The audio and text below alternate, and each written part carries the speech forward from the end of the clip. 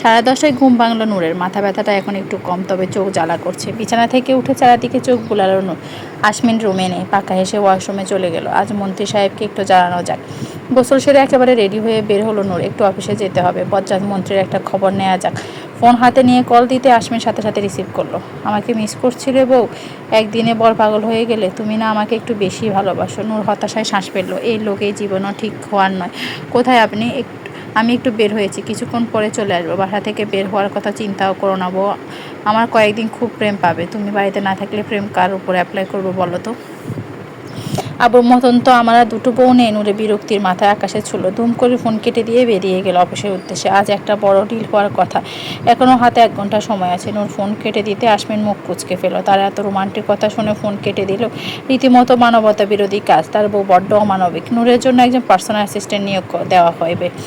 অমি আপাতত কয়েকদিনের কিছু জরুরি কাজে ব্যস্ত, তাই একজন মেয়ে নিয়োগ দেওয়া হবে। আসমীন ইন্টারভিউ নেওয়ার দায়িত্বে সানভিকে দিয়েছে। তাড়াহুড়ো করে অফিসে ঢুকতে এক মেয়ের সাথে ধাক্কা খেয়ে কপাল ধরে দাঁড়িয়ে গেল সানভি। মুহূর্তে ঘটে যাওয়ার মেজাজটা আরও বেশি হয়ে গেল। সে মোটামুটি ভালোই লম্বা, তার কপালে বাড়ি খেতে হলে অপর পাশের মানুষটাকেও তার সমান লম্বা হতে হবে।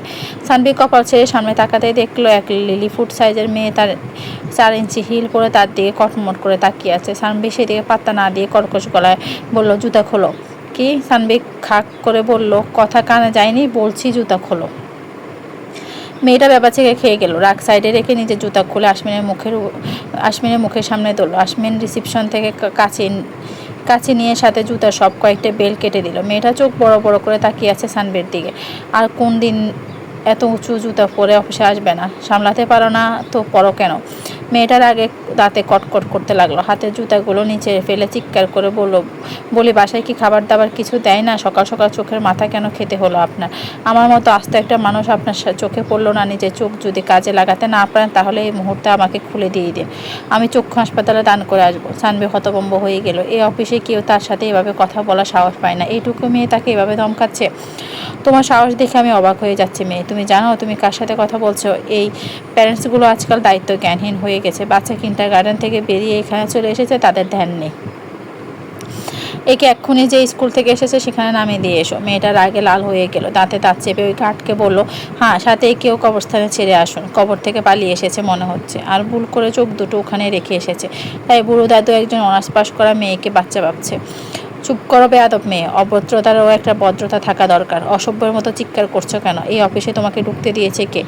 একে এক্ষুনি এখান থেকে বের করো। অফিসে সবাই অবাক হয়ে ওদের ঝগড়া দেখছে। চিৎকার চেঁচামেচি শুনে আসমীনও বেরিয়ে এসেছে। সানভিকে এভাবে ঝগড়া করতে দেখে সবার মতো সেও অবাক হয়ে গেছে। এখানে কি হচ্ছে সান? আসমীনের কথা শুনে সানভি চুপ করে গেল। মেয়েটা কাঁদো কাঁদো চেহারা করে বলল, আমি ইন্টারভিউর জন্য এসেছি স্যার। এই লোকটার সাথে ধাক্কা খাওয়ায় সে আমার জুতা কেটে দিয়েছে, আবার আমাকে বকাবকিও করছে। আসমীন মুচকি হাসলো। শান্ত গলায় জিজ্ঞেস করলো, তোমার নাম কি? লুবানা জান্নাত। তোমার চাকরি হয়ে গেছে লুবানা, আজ থেকে জয়েন করবে। ওকে, কাজে বুঝিয়ে আর এসি কোম্পানিতে পাঠিয়ে দাও। আসমীন চলে যেতে সবাই নিজের কাজে মন দিল। সানভি পোতা মুখ করে তাকিয়ে আছে লুবানার দিকে। লুবানা বিশ্বজয় করা হাসি দিল সানভির দিকে তাকিয়ে, ভাব নিয়ে বলল, চলুন দাদু, এভাবে দাঁড়িয়ে থাকলে আপনার নাট বল্টু জং ধরে যাবে। আমাকে আমার কাজ বুঝিয়ে দিয়ে না হয় কবরে চলে যাবেন। আপনার জন্য বাইরে পরিবেশ উপযোগী না। সানভি কটমট করে তাকিয়ে হন হন করে চলে গেল। লুবানা ওর পিছু যেতে যেতে জ্বালানে হাসি দিতে লাগলো। আসিয়ার মুখোমুখি হয়ে বসে আছে আসমীন। ঢাকার বিলাসবহুল 5 তারকা হোটেলের সুইট রুমে তাদের সাক্ষাতের ব্যবস্থা করা হয়েছে। কেমন আছেন জাহিন চৌধুরী? আসমীন হালকা হাসলো। বাঁকা চোখে একবার আসিয়ানের দিকে তাকিয়ে ব্যঙ্গাত্মক গলায় বলল, আলহামদুলিল্লাহ ভালো আছি। মাফিয়া সাহেব, আপনার কি খবর?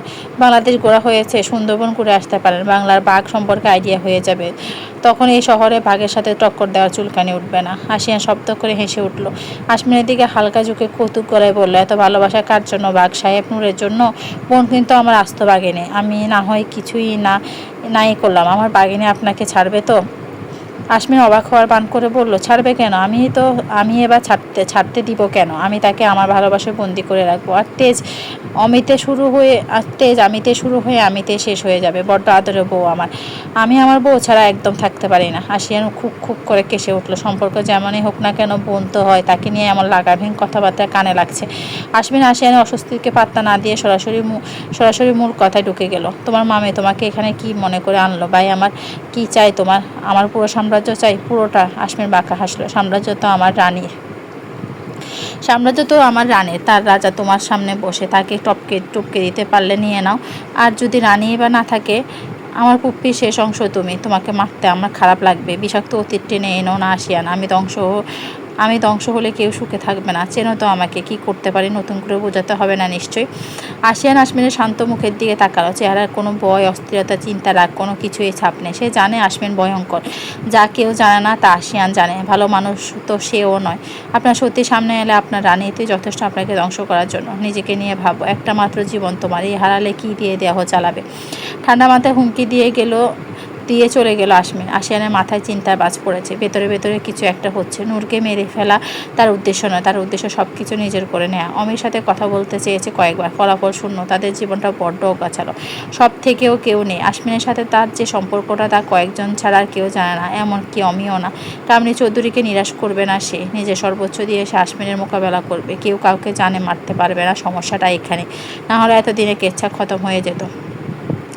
আশমিন সরাসরি নূরের অফিসে চলে গেল। নূর সকাল থেকে তার ফোন রিসিভ করছে না। এত আদুর ভালোবাসা দেওয়ার পর বউ তাকে পাত্তা দিচ্ছে না। তার মেহনত সব চলে বেসে গেল। তাই সে চিন্তা করেছে এখন থেকে বউকে বেশি বেশি ভালোবাসবে। সকাল বিকাল ট্যালেন্ট খাওয়ার মতো বউকে আদর করতে হবে। দরকার হলে রাজনীতি ছেড়ে বউয়ের আঁচল ধরে করার গোড়া চাকরি নিয়ে নেবে। বউকে তার পাগল করে ছাড়বে, তবে না প্রেমটাকে মাখামাখা হবে। আশমিন ক্যাবিনে প্রবেশ করতেই নূর ভ্রু কুঁচকে সেদিকে তাকালো। আশমিনকে দেখে কপাল কুঁচকে বলল, কি চাই? বউয়ের অ্যাটেনশন? তুমি এমন বেইমান কিভাবে হলে নূর? সারা রাত ভালোবাসার এই দাম দিলা? এত আদর ভালোবাসার পর তোমার উচিত ছিল আমার কোলে বসে থাকা। আর তুমি সকাল হতেই সব ভুলে গেলে, মানে কাজ শেষ, খোদা হাফেজ। নূর শান্ত চোখে তাকিয়ে আশমিনের সমস্ত বাজে কথা হজম করে নিল। আশমিন থামতেই পুনরায় কাজে মন দিয়ে শান্ত গলায় বলল, আপনার ছিমার্গা কথা শেষ হলে বিদায় হন। আশমিন নূরকে টেনে তুলে নিজের সাথে চেপে ধরল। কপালে ঠোঁট ছুঁয়ে শান্ত গলায় বলল, ফোন ধরছিলে না কেন?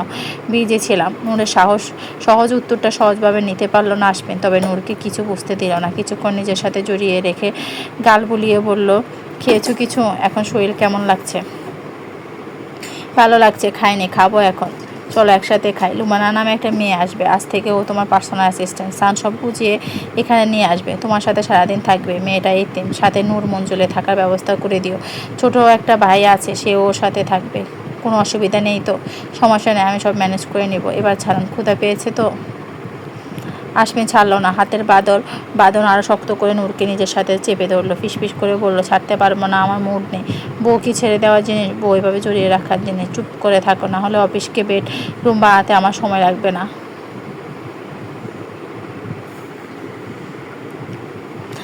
রাতের আকাশ দেখায় মগ্ন নূর। আকাশের দিকে তাকিয়ে মনে কিছু একটা ভেবে চলেছে সে। আশমিন এখনও বাসায় আসেনি, তার জন্য অপেক্ষা করছে নূর।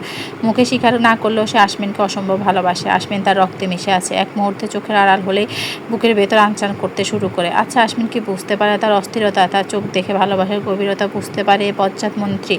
আশমিনের ভালোবাসার আর অত রাগ নেই। সে সেখানে নিজের ভালোবাসা প্রকাশ করে ফেলে। গুরুত্বপূর্ণ মিটিং চলাকালীন বউয়ের কথা মনে পড়লে মিটিং থামিয়ে গম্ভীর গলায় বলে, কিছুক্ষণ আলোচনা বন্ধ রাখুন।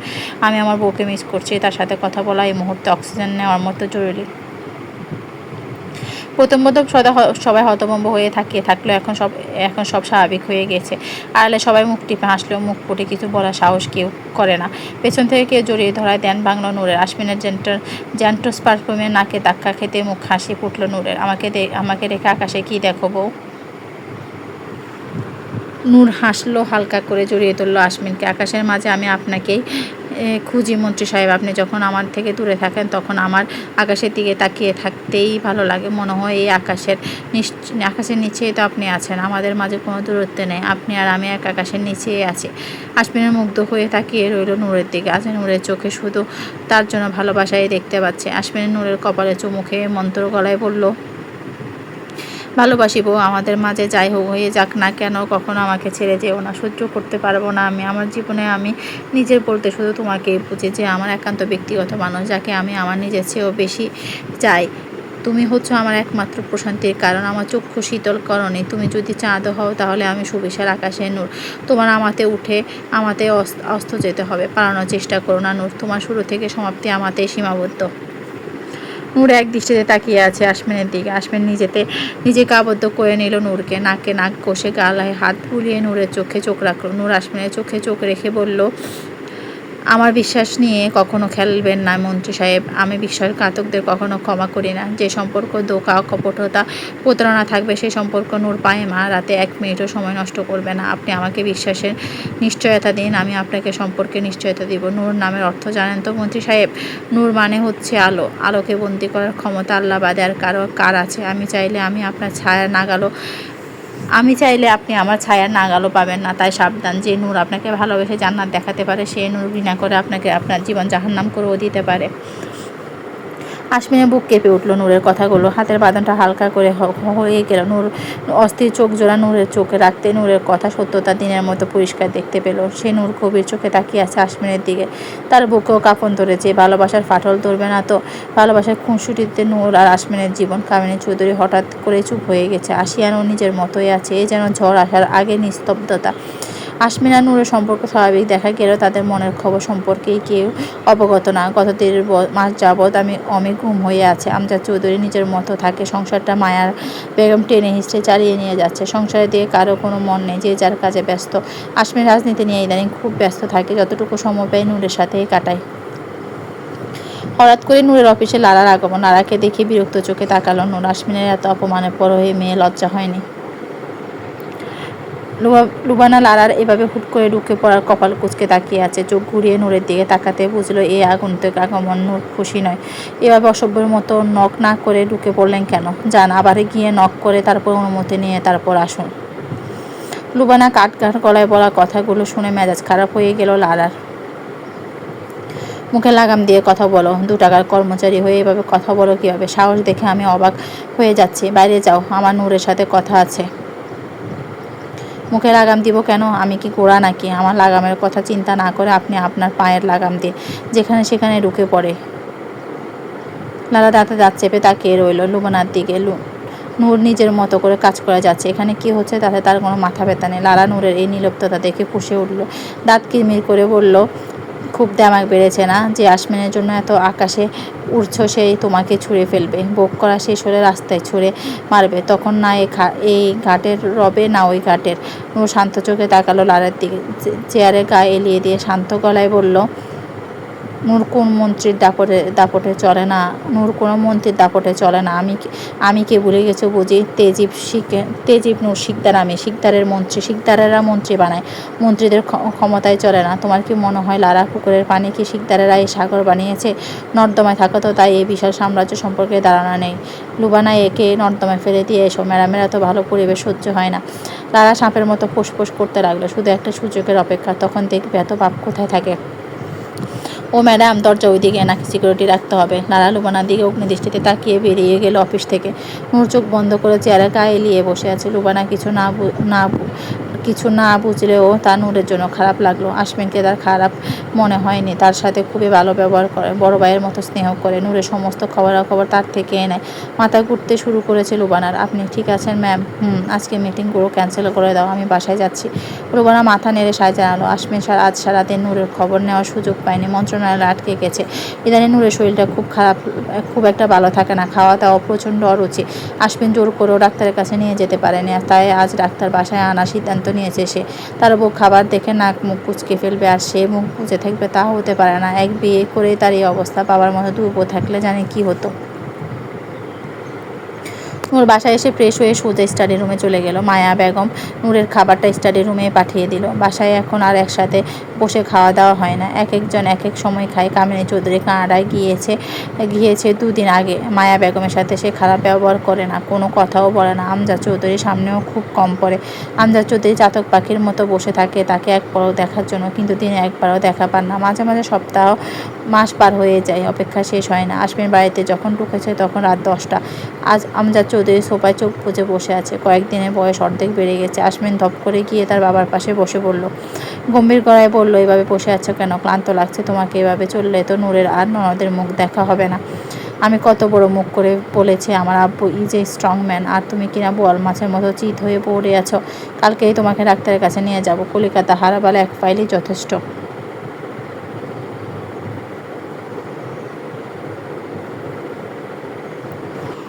নূর স্টাডি রুমে বিধ্বস্ত হয়ে বসে আছে, অনুভূতিহীন চোখে এক মনে তাকিয়ে আছে আশমিনের ডায়েরির দিকে। একটি মাত্র ডায়েরি জীবনের অনেক অসমাপ্ত গল্পের সমাপ্তি টেনে দিয়েছে।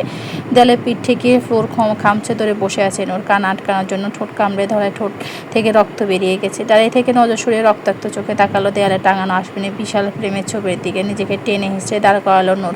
ডায়েরিটা জায়গা মতো রেখে আশমিনের ছবির সামনে এসে দাঁড়ালো। ধোকা, এত বড় ধোকা! আপনাকে কি শাস্তি দিই বলুন তো মন্ত্রী সাহেব? কি নিখুঁত অভিনয় আপনার! সামনে তো নিজের পারফরমেন্স দেখিয়ে দিলেন, এবার আমারটা দেখানোর পালা। অভিনয় করতে ভালোই লাগে তাই না? তো চলুন এক দফা টক্কর আমাদের মাঝেও হয়ে যাক। আপনার চালে যদি আপনাকে মাত না দিয়েছি তো আমার নামও তেজিব, নূর শিকদার নয়। আশমিন আসার পর থেকে নূরকে একবারও দেখেনি। ওয়াশরুম থেকে ফ্রেশ হয়ে এসে কপাল কুঁচকে চারদিকে চোখ বুলালো সে। হাতের তলাটা বারান্দায় দিয়ে রুম থেকে বেরিয়ে এলো। মায়া রান্নাঘরে কাজ করেছে। আশমিনের নিচে এসে অস্থির গলায় বলল, নূর কোথায় আন্টি? বৌমা তো অনেকক্ষণ আগেই স্টাডি রুমে গিয়েছে, দুপুরের খাবারটাও ওখানে খেয়েছে, নিচে তো আসতেই দেখিনি। আশমিন বয়ার্ত চোখে তাকালো মায়া বেগমের দিকে। হুঁশ ফিরতে এক প্রকার দৌড়ে গেল স্টাডি রুমের দিকে। মায়া বেগমের প্রথম অবাক হলেও পরে মুচকি হেসে নিজের কাজে মন দিল। শুধু বাইরের লোকেই চেনা জানা সবাই জানে আশমিন নূরকে চোখে হারা। শাহজাহানের মতো নূরের জন্য মহলও বানিয়ে ফেললেও কেউ অবাক হবে না। শেফকে নিজের কাছে বুঝিয়ে দিয়ে রুমে দিয়ে গেল মায়া বেগম। শরীরটা আজ খুব একটা ভালো লাগছে না, জ্বর আসবে হয়তো। আমজা চৌধুরী তার দিকে ফিরেও তাকায় না। তাতে অবশ্যই তার কষ্ট হয় না, বরং এমন নিখাত ভালোবাসা দেখে মনে মনে তৃপ্তি পায় সে। হুড়মুড় করে স্টাডি রুমে ঢুকতে নূর আশমিনের দিকে চোখ তুলে তাকালো। নূরের হাতে সমরেশ মজুমদারের সাতকাহন বইটি। আশমিন স্বস্তির নিঃশ্বাস ছাড়লো। নূর মুচকি এসে বই রেখে উঠে দাঁড়ালো। ধীর পায়ে কাছে এসে আশমিনের বুকে মাথা এলিয়ে দিল। আশমিনও আগলে নিল নূরকে। হৃৎপিণ্ড তীব্র দোকানে নূরের কানে এসে বাড়ি খাচ্ছে। নূর হালকা হাসলো, ব্যঙ্গাত্মক গলায় বলল, ভয় পেয়েছেন নাকি মন্ত্রী সাহেব? এভাবে বুক কাঁপছে কেন? এভাবে তো অপরাধীর বুক কাঁপে। করেছেন নাকি কোনো বড়সড় অপরাধ? আশমিন হাত আগলা করে নূরকে নিজের সামনে আনলো। নূরের চোখে চোখ রেখে তাকিয়ে রইল কিছুক্ষণ। নূরের চোখ একেবারে শান্ত, হাসি মুখে সে তাকিয়ে আছে আশমিনের দিকে। আশমিন নিজেকে শান্ত করলো। নূরকে নিজের সাথে চেপে ধরে আস্তে করে বলল, অপরাধ তো করেছি বউ। আজ সারাদিন বউয়ের খবর নিতে পারেনি, এটা তো গুরুতর অপরাধ, শাস্তি তো পেতেই হবে। আমি দেবো আপনাকে শাস্তি। আর সারা রাত আমার সাথে বারান্দায় গল্প করে কাটাতে হবে। শাস্তি মঞ্জুর তো মন্ত্রী সাহেব? আশমিন চোখে হাসলো। নূরের কপালে চুমু খেয়ে ঘুর গলায় বলল, এমন শাস্তি আমি সারা জীবন পেতে চাইব। আশমিনের কাছে আসায় গা গুলিয়ে উঠল নূরের। নিজেকে ছাড়িয়ে কিছুটা দূরত্ব রেখে দাঁড়ালো। আশমিন বুক কুঁচকে ফেল। নূরের ঠোঁটের দিকে চোখ যেতে চোয়াল শক্ত হয়ে গেল তার। দ্রুত পায়ে এসে নূরের গাল চেপে ধরলো। কাটা জায়গায় স্লাইড করতে করতে বলল, এভাবে কাটলে কিভাবে? ঠোঁট কামড়াচ্ছ কেন? এখন আমি চুমু খাবো কোথায়? প্রথম কথাগুলো রাগ করে বলল, শেষ কথাটা দুঃখী গলায় বলল আশমিন। নূর শান্ত চোখে তাকালো আশমিনের দিকে। অভিনয়ে বুঝি ভালোবাসা এত নিখুঁত হয়? এই মেয়ে কথা বলছো না কেন? আশমিনের ধমকের পিঠে কিছু বলার আগে মাথা ঘুরে উঠল নূরের। ঝাপসা চোখে একবার আশমিনের দিকে তাকিয়ে ঢলে পড়তে আশমিন আগলে নিল নূরকে। অস্থির গলায় ডাকতে লাগলো, বউ কী হয়েছে তোমার? নূরকে কোলে তুলে নিজের রুমে দিকে যেতে যেতে চিৎকার করে সবাইকে ডাকলো। আশমিন বিছানায় শুইয়ে দিয়ে অস্থির হয়ে ফোন করলো ডক্টরকে। ততক্ষণে বাড়ির সবাই এসে পড়েছে। লুবানা গিয়ে নূরের হাত পা মালিশ করতে লাগলো। মায়া বেগম চোখে পানি ছিটিয়ে দিল। নূরের জ্ঞান ফিরল না। আশমিন পাগলের মতো নূরকে ডেকে যাচ্ছে বারবার। লুবানা ছোট ভাই লিমন এক কোণে চুপচাপ দাঁড়িয়ে আছে। সে আশমিনকে ভয় পায়। এখন আশমিনের পাগলামি দেখে আরও ভয় ছিটিয়ে গিয়েছে। আমজা চৌধুরী চিন্তিত গলায় বলল, এভাবে বসে থেকো না, ওকে হসপিটালে নিয়ে যাও। আশমিন আর এক মুহূর্তে দেরি করলো না। নূরকে কোলে তুলে রুম থেকে বেরিয়ে সানভি হন্তদন্ত হয়ে প্রবেশ করলো ডক্টর নিয়ে। আশমিন আবার নূরকে রিমে নিয়ে শুয়ে দিল। সবাইকে বেরিয়ে যেতে বলল। আশমিনের ভয়ঙ্কর দৃষ্টি থমে গেল। ডক্টর সবাই বেরিয়ে গেল। আশমিন নূরের হাত ধরে তার পাশে বসে রইল। ডক্টর চেক আপ করতে করতে মুচকি হেসে আশমিনের দিকে তাকিয়ে বলল, অভিনন্দন স্যার, শি ইজ প্রেগনেন্ট। অতিরিক্ত চিন্তার জন্য জ্ঞান হারিয়ে ফেলেছে, এখন ওনার রেস্ট প্রয়োজন। আমি ইঞ্জেকশন দিয়ে দিচ্ছি, কাল সকালের আগে ঘুম ভাঙবে না। কাল সকালে হসপিটালে গিয়ে কিছু টেস্ট করিয়ে আনবেন, তাহলে ম্যামের কন্ডিশন ভালোভাবে বোঝা যাবে। ডক্টরের দিকে ফেল করে তাকিয়ে আছে আশমিন। তার কানে শুধু একটা কথাই পাচ্ছে, শি ইজ এ প্রেগনেন্ট। ডাক্তারের বাকি কথা তার কানে গেল কিনা তা বোঝা গেল না। গানের সম্মত দিতেই ডাক্তার মুচকি হেসে বেরিয়ে গেল। আশমিন এক মনে তাকিয়ে আছে নূরের দিকে। নূরের চেহারা ক্লান্তির ছাপ স্পষ্ট। আশমিনের হাতের মুঠোয় থাকা নূরের হাতটার কয়েকটা নখ ভেঙে গিয়েছে। আশমিন হালকা ঝুঁকে জড়িয়ে ধরল নূরকে। উত্তেজনায় তার পুরো শরীর কাঁপছে, মনে হচ্ছে সে জ্ঞান হারাবে। নিচে লুবানার চিৎকার শোনা যাচ্ছে। সানভি ধমকেও তাকে থামাতে পারছে না। এভাবে চিৎকার করছো কেন সাবানা? অসভ্যের মতো চিৎকার করা বন্ধ করো। ছি ছি, কি গলা! মনে হচ্ছে ফাটা বাঁশের ভেতর আটকে পড়া ইঁদুর কিচমিচ করছে। লুবানা সমস্ত আনন্দ ভুলে ফুঁসে উঠল। কটমট করে তাকালো সানভির দিকে। ও হ্যালো মিস্টার কবরস্থানের বাসিন্দা, আমার নাম লুবানা।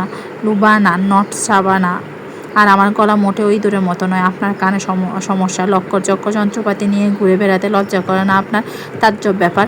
সানভীর আগে চোখে তাকিয়ে দেখে লুবানার দিকে। মেয়ে সাহস দেখে অবাক হচ্ছে সে। আর এদিকে লিমন দুজনে ঝগড়া দেখে আর হাই তুলছে। আমজাদ চৌধুরী আর মায়া বেগম নূরের রুমে গিয়েছে। না হলে ইজ্জত পানি হয়ে যেত এই মেয়ের জন্য। দেখো মেয়ে, বেশি বাড়াবাড়ি করবে না, না হলে ছাদে তুলে ধাক্কা দিয়ে নিচে ফেলে দেবো। বেয়াদবের একটা আদব থাকা দরকার। আসছে ধাক্কা দিতে। বলি হাড় সব ঠিক জায়গায় আছে তো? আগে চেক করে আসুন। দেখা গেল চোখ কানের আগে হাড্ডিও দু একটা কবরে রেখে এসেছেন। লুবানা মুখ বাঁকিয়ে চলে গেল। সানভি কটমট করতে করতে লিমনকে বলল, দেখেছো কেমন বেয়াদব? লিমন হকচকিয়ে গেল। জোরপূর্বক হাসার চেষ্টা করে বলল, জি ভাইয়া, ছোটবেলা থেকেই দেখছি।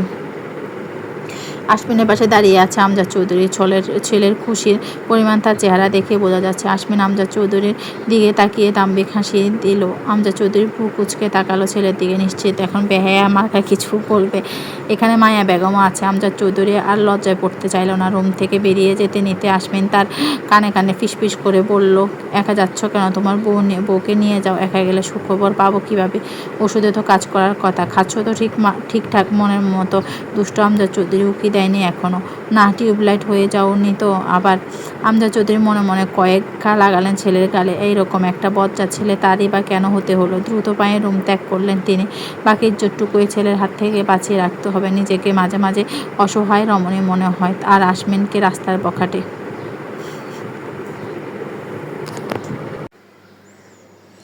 আকাশে অজস্র তারার মেলা বসেছে। চারিদিকে ব্যবসা গরমের কারণে জীবন অতিষ্ঠ।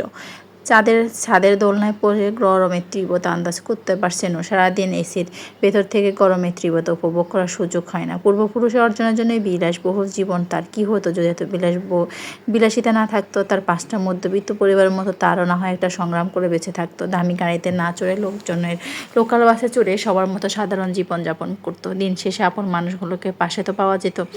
কি হবে এত অর্থ প্রতিপত্তি দিয়ে? অভিজাত্য যদি দিন শেষে নিঃসঙ্গতা দেয়, সে অভিজাত্য তো অভিশাপ স্বরূপ। বুক ছিঁড়ে দীর্ঘশ্বাসে বেরিয়ে এলো নূরের। পেটের হাত রেখে অনুভব করলো নিজের অস্তিত্বকে। মা হওয়ার সংবাদ তাকে আশমিনে দিয়েছে। চোখে মুখে তার কি দারুণ জ্যোতি ছিল। ভাবতেই নূরের ঠোঁট বিষাদের হাসি ফুটে উঠল। কি হতো তাকে একটু ভালোবাসলে? মিথ্যা ভালোবাসা না বলে, যদি ঘৃণা করি বলে না হয় গুলিয়েই করে দিত। মৃত্যু যন্ত্রণা হয়তো এই মিথ্যা যন্ত্রণা থেকে কমই হতো।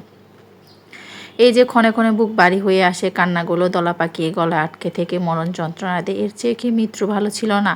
আহা কষ্ট! এই কষ্ট তার পিছু কেন ছাড়ছে না? আর কতটা যন্ত্রণা উপভোগ করলে তাকে কষ্ট রেহাই দেবে? এখন কি করছে নূর? আমজাদ চৌধুরীর কথায় চোখ তুলে তাকালো নূর। বিষাদমাখা হাসি দিয়ে আকাশ দেখায় মন দিল। আজকাল কাউকে তার সহ্য হয় না। আশেপাশে সবাইকে প্রতারক মনে হয়। এত মানুষের ভিড়ে তার কেন একজন মানুষই নেই যে এইভাবে দিনে অর্ধেকটা সময় কেটে যায়? আমজাদ চৌধুরী এসে নূরের পাশে বসলো। নূরের মনের চেহারা দেখে ক্লান্ত শ্বাস ছাড়লো। কিছু না করেও এই মেয়েটা সব কষ্ট ভোগ করতে হচ্ছে। নিয়তি এত নিষ্ঠুর কেন? রাত হয়ে গেছে মা, এই সময় এভাবে এখানে বসে থাকতে নেই। ঘরে যদি জান চেহারার মানুষ থাকে তাহলে বাইরে হয় কিসের ভয়? ঘরে যদি জান নেয়ার মানুষ থাকে তাহলে বাইরে আর কিসের ভয়? আমজাদ চৌধুরী হকচকিয়ে গেল। হতভম্ব গলায় বলল, কি বলছো মা? একটা গল্প শুনবে আঙ্কেল? এক অবাগী রাজকুমারীর গল্প। আমজাদ চৌধুরী শান্ত চোখে তাকিয়ে রইল নূরের দিকে। নূর হালকা হেসে বলতে শুরু করলো, এক দেশে এক রাজকুমারী ছিল, রাজা রানীর চোখের মণি। হেসে খেলে তাদের জীবন পার হচ্ছিল। একদিন হুট করে তাদের জীবনে অতীত হানা দিল। রাজার বোন প্রেমে পড়েছিল এক বিন্দেশি যুবকের। রাজার অগোচরে রেজিস্ট্রি করে বিয়েও করেছিল তারা। একমাত্র বোনের এমন সিদ্ধান্ত মেনে নিতে পারেনি রাজা।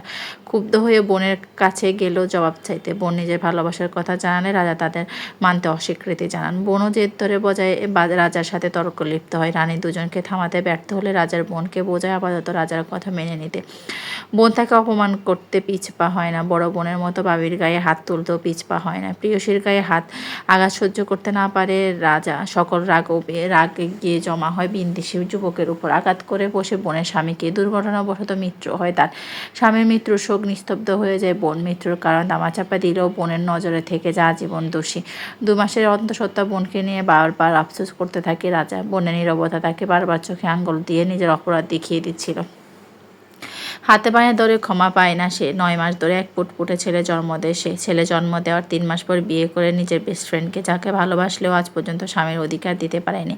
নিজের প্রথম ভালোবাসাকে ভুলে এগিয়ে যেতে পারেনি সে। ছেলেকে সবসময় নিজের থেকে দূরে রেখেছে সে। ছেলের মুখের আদল বারবার তাকে তার ভালোবাসার মানুষটির কথা মনে করিয়ে দিত, যাকে তার ভাই খুন করেছে। প্রতিশোধের আগুনে বারবার নিজের সত্তাকে জ্বালিয়ে ভাইকে ধ্বংসর খেলা নেমেছে সে। ক্ষমা করার ভান করে তাকে বারবার আঘাত করেছে। ঠান্ডা মাথায় তার প্রিয়তমা স্ত্রীকে খুন করেছে, অ্যাক্সিডেন্ট বলে চালিয়ে দিয়েছে। দেখাশোনা নাম করে রাজার আদরে রাজকুমারীকে চাকরানের মতো ট্রিট করেছে। প্রথম স্বামীর বোনকে দিয়ে রাজাকে সিকিউজ করেছে। সেই সন্তানের তাকে ধ্বংস করার কাজে লাগিয়েছে, শেষ পর্যন্ত নিজের ছেলেকে দিয়ে। আচ্ছা আঙ্কেল, এক ভুলের কত শাস্তি হয় বলো তো? অনুশোচনার চেয়ে বড় শাস্তি কি এই পৃথিবীতে আর কিছু আছে? এখন রাজকুমারী যদি প্রতিশোধ নিতে চায়, তার মাকে খুন করার প্রতিশোধ, তার শৈশব কৈশোর নষ্ট করার প্রতিশোধ, মিথ্যা সম্পর্ক বেঁধে দেওয়ার প্রতিশোধ, ভালোবাসার নামে ঠকানোর প্রতিশোধ, তাকে এই পৃথিবীতে পুরোপুরি এতিম করে দেওয়ার প্রতিশোধ, তাকে প্রতারণার মতো মরণ যন্ত্রণা দেওয়ার প্রতিশোধ, তখন রাজকুমারী অপরাধ হবে না তো? কিছু না করেও সে তো সবচেয়ে বেশি শাস্তি পেল, তার প্রতিশোধ নেওয়া অন্যায় হবে না তো, তাই না? আমজাদ চৌধুরী চোখ দিয়ে অজর ধারায় অশ্রু গড়িয়ে পড়েছে। নূরের দিকে তাকানোর সাহস নেই তার। এই তিক্ত সত্যিগুলো নূর কীভাবে জানলো তার মাথাতে নেই। আশমিন তার ছেলে না হলেও সে তাকে জীবনের চেয়েও বেশি ভালোবাসে। নিজের বুকে রেখে মানুষ করেছে তাকে, কখনো বুঝতে দেয়নি সে তার ছেলে না। একটা সময় এসে আশমিনও সত্যিটা জেনে যায়। সত্য হচ্ছে সূর্যের আলোর মতো হাজার মেঘের আড়ালে ঢাকা পড়লেও তা এক সময় প্রকাশ পাবে। আশমিন সত্যিটা জানালেও সবসময় তার জানার বান করে থেকেছে। আগের চেয়েও বেশি তার সাথে শুরু করেছে। বন্ধুর মতো মিশেছে তার সাথে। এক সিগারেট দুজন ভাগ করে খেয়েছে কত। তার বাবা হয়ে এসে কত বার্জিন সে আফসোস, কত শত হতাশার শ্বাস ফেলেছে। শুধুমাত্র কামিনীর প্রতিশোধের নেশা সব কিছু শেষ করে দিল। নূরের অসমাপ্ত কথার রেশ প্রমাণ করেছে সে আরও অনেক কিছু জানে। আর চুপ থাকার মেয়ে সে না। ছেলের জন্য বুকের ভেতর আনছান করতে লাগলো আমজাদ চৌধুরী। সে জানে তার ছেলে কতটা হিংস্র। ঠান্ডা মাথায় বাক স্বীকার করার মতো ছেলে তার। আমজাদ চৌধুরীর ভয়ে চুপসে যাওয়া চেহারার দিকে তাকিয়ে মলিন হাসল নূর। তাকে আশ্বাস দেওয়ার ভঙ্গিতে বলল, চিন্তা করো না আঙ্কেল, আমি প্রতিশোধ নেব না। প্রতিশোধ শুধু ধ্বংস করে। আমি চাই না আমার সন্তান আমার মতো জীবন পাক। মন্ত্রী সাহেবকে কিছু জানিও না। সম্পর্কে আর কোনো দূরত্ব চাই না আমি। স্বামী সন্তান নিয়ে শান্তিতে সংসার করতে চাই। আমজাদ চৌধুরী স্বস্তির শ্বাস ছাড়ল। নূরের দিকে কৃতজ্ঞতার চোখে তাকিয়ে মাথায় হাত বুলিয়ে বরাট গলায় বলল, কষ্ট পেও না মা। সব কিছু বাদ দিলেও এই একটা সত্যি, আশমিন তোমাকে পাগলের মতো ভালোবাসে। ওর ধ্যান ধারণা একমাত্র তুমি। তোমার শূন্যতা ওকে কতটা উন্মাদ করে দেয় তার সম্পর্কে তোমার ধারণা নেই। ওকে কষ্ট দিও না। তাড়াতাড়ি নিচে চলে এসো। আশমিন এসে তোমাকে এখানে দেখলে রাগ করবে।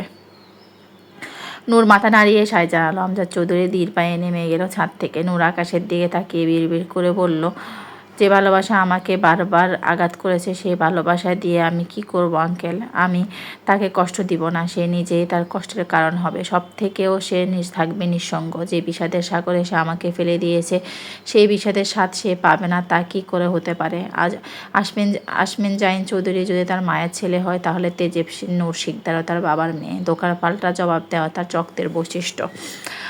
বউ, আশমিন ক্লান্ত গলা শুনে চোখ তুলে তাকালো নূর। সাদা পাঞ্জাবিতে রাজপুত্রের মতো লাগছে আশমিনকে। মুচকি হেসে হাত বাড়িয়ে দিল নূর। আশমিন নূরের হাত ধরে ধপ করে এসে বসে পড়ল নূরের পাশে। নূরের হাতে চুমু খেয়ে এক হাতে জড়িয়ে ধরল তাকে। নূরও বিড়াল ছানার মতো গুটিসুটি মেরে আশমিনের বুকে গায়ে এলিয়ে দিল।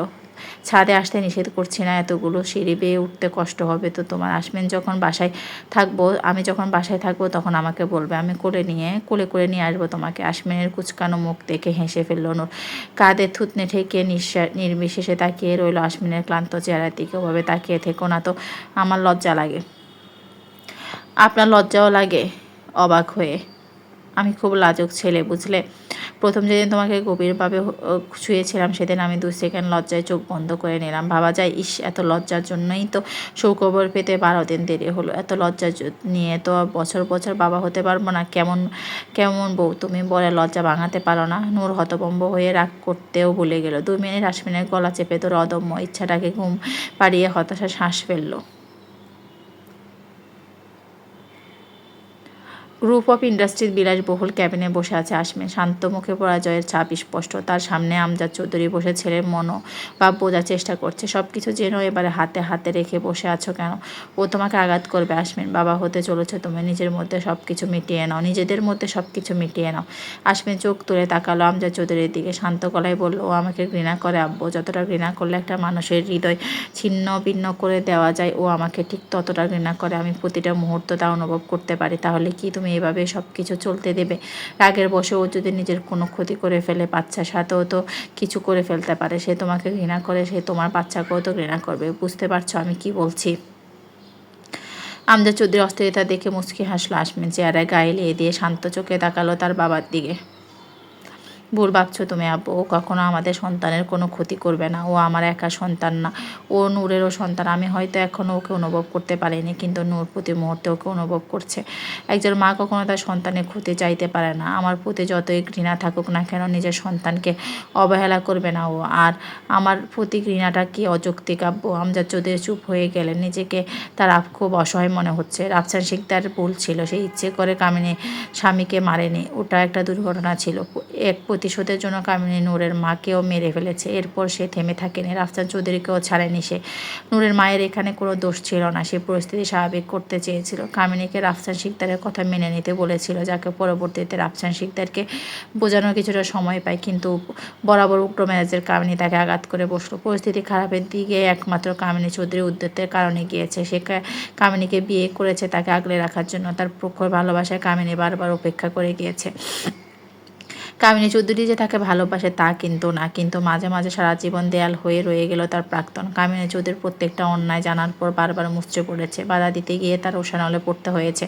প্রচণ্ড ভালোবাসার কারণে আইন হাতে তুলে নিতে পারেনি। আজ তার প্রখর ভালোবাসাই কাল হয়ে দাঁড়ালো। তার আবেগে ভেসে যাওয়ার কারণে এতগুলো জীবন নষ্ট হয়ে গেল। বাসায় যাও আব্বু। সব কিছুর ঊর্ধ্বে আমি নূরকে ভালোবাসি। ও আমাকে ঘৃণা করুক বা ভালোবাসুক, আমার সাথে ওকে থাকতে হবে এই জীবনে। আমি ওর থেকে মুক্তি নেই। আমজাদ চৌধুরী মাথা নাড়িয়ে সায় জানালেন। কামিনী চৌধুরী ফিরে এসেছে কানাডা থেকে।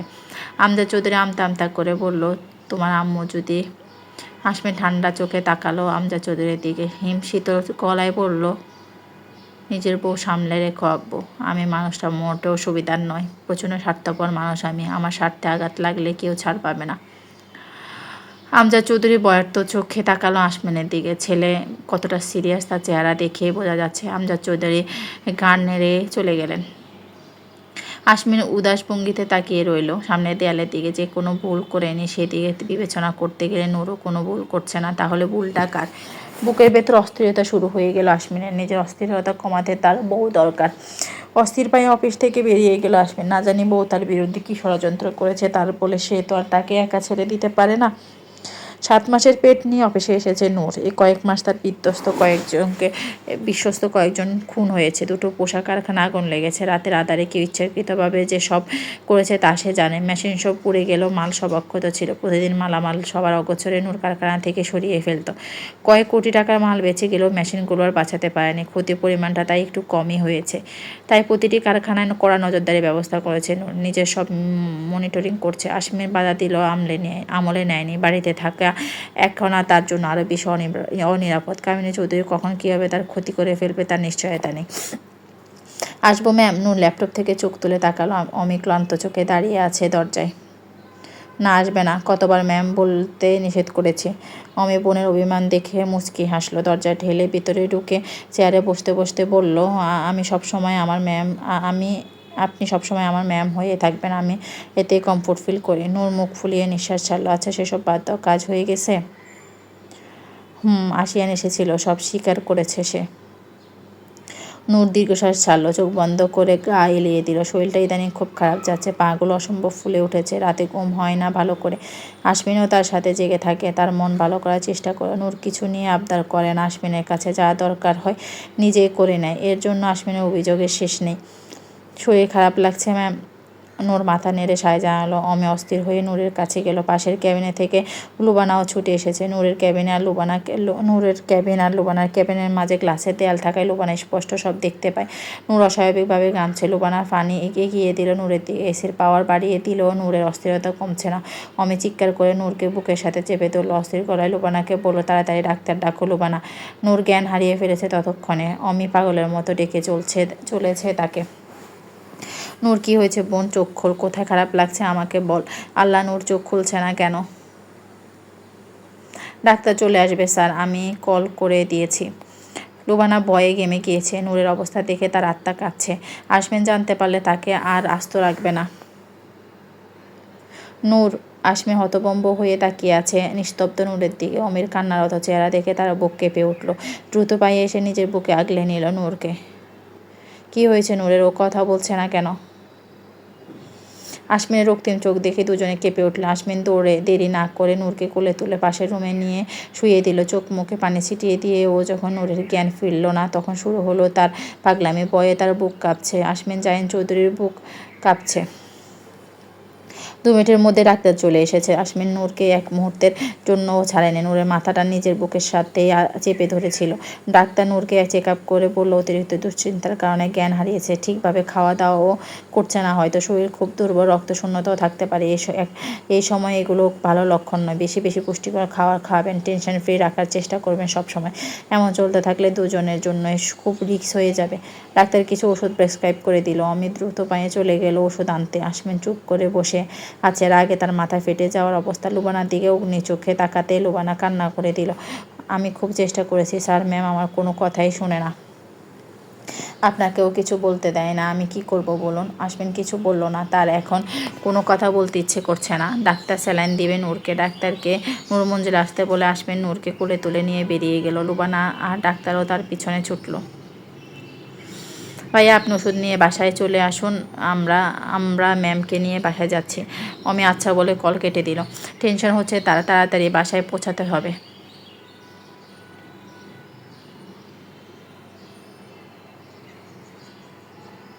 শুভ্র পাঞ্জাবি ছেড়ে সাদা টি শার্ট পরে ওয়াশরুম থেকে বেরিয়েছে আসমিন। চুল থেকে টপ টপ করে পানি পড়ছে। শরীর থেকে তার মনে ক্লান্ত বেশি। নূর কুটি মেরে শুয়ে আছে। আধা ঘন্টা আগে স্যালাইন শেষ হয়েছে। এতক্ষণ সে নূরের হাত ধরে বসেছিল। নূরের দিকে তাকালে তার নিজেকে অপরাধী মনে হয়। মাথা ভালো করে মুছে টাওয়াল ব্যালকনিতে দিয়ে এলো আসমিন। নূরের দিকে নিমেষে তাকিয়ে রইল কিছুক্ষণ। যতই দেখুক না কেন চোখের তৃষ্ণা মেটে না। নূর ফোলা পেটের দিকে তাকিয়ে হালকা ডোক গেল। আসমিন তাকে পুড়িয়ে ছাই করার অস্ত্রের ছোট্ট পেটে লুকিয়ে আছে। এখন সে নিজের করুণ পরিস্থিতি অনুভব করতে পারছে। মনে মনে চিৎকার করে উঠল আসমিন। তার এত পরিশ্রমের ফল নিয়ে নূর বাহাদুরি করবে ভাবতে মুখটা শুকিয়ে গেল। এক ফুকুর কষ্ট নিয়ে নিজেকে গালাগালি করতে লাগলো। কি দরকার ছিল এত মেহনত করার? হলো তো এবার বউ তোমার মেহনত দিয়ে তোমার থোতা মুখ বোথা করে দিবে খুশি। একই দিন আসলো। এই দিন দেখার জন্য সৌদির আগ্রহ অপেক্ষা করছে। আসমিন ধীর পায়ে এগিয়ে গেল নূরের দিকে। হালকা বুক ফেটে কয়েকটা চুমু খেয়ে ফিসফিস করে বলল, মায়ের কথায় কান দেওয়ার কোনো দরকার নেই। তোমার বাবা খুব ভালো মানুষ, ফুলের মতো পবিত্র। বাবার পক্ষে থাকবে সব সময়, তাহলে চকলেট আইসক্রিম পাবে। এটা আমাদের ওপেন ডিল, কাউকে বলবে না। It's very confidential. আর একটা চুমু খেলে বিজয় হাসি হাসলো আসবেন। ডিল করা শেষ। বউটা ঝামেলাটা না পাকালে হয়। এবার ঝামেলা মিটে গেলে সে তবা করে ফেলবে। এই জীবনে ডায়েরি নামক কোনো বস্তু সে হাতে দেবে না। এই বছরের গভীর সম্পর্ক থাকার পরও বউয়ের কাছে ধরা খাইয়ে দিল মির্জাফর। নূরের পাশে শুয়ে পড়লো আসমিন। শরীর মন দুটোই ক্লান্ত। নূরকে বুকের সাথে চেপে ধরে চোখ বন্ধ করলো। কিছুক্ষণ বিশ্রাম নেওয়া জরুরি হয়ে গেছে। রাত 10টায় পিটপিট করে চোখ খুলল নূর। মাথাটা বার হয়ে আছে, কারো শক্ত বাহুতে বা আবদ্ধ হয়ে আছে। কয়েকবার চোখের পাতা চাপটে ভালো করে তাকানোর চেষ্টা করলো নূর। হালকা ডিম লাইটের আলোতে আসিয়ানের মুখ দেখে ব্রু কুঁচকে ফেললো আসমিনের। চারদিকে তাকিয়ে বোঝার চেষ্টা করলো সে কোথায় আছে। নূরের নড়াচড়া আসমিনের মুখ ঘুম ভেঙে গেল। নূরকে আর একটু শক্ত করে জড়িয়ে ধরে ঘুম জড়ানো গলায় বলল, মুচড়ামুচড়ি করছো কেন? আমি তোমাকে চিমটি দিয়েছি? আমি এখানে এলাম কিভাবে? তোমার একমাত্র বরের কোলে চেপে। তোমার বরটা বরটা যে কি রোমান্টিক, আহা ভাবতেই তো হিংসা হয়। নূর আশমিনের থেকে নিজেকে ছড়িয়ে ওয়াশরুমে চলে গেল। আশমিন দীর্ঘশ্বাস ছেড়ে উঠে বসলো।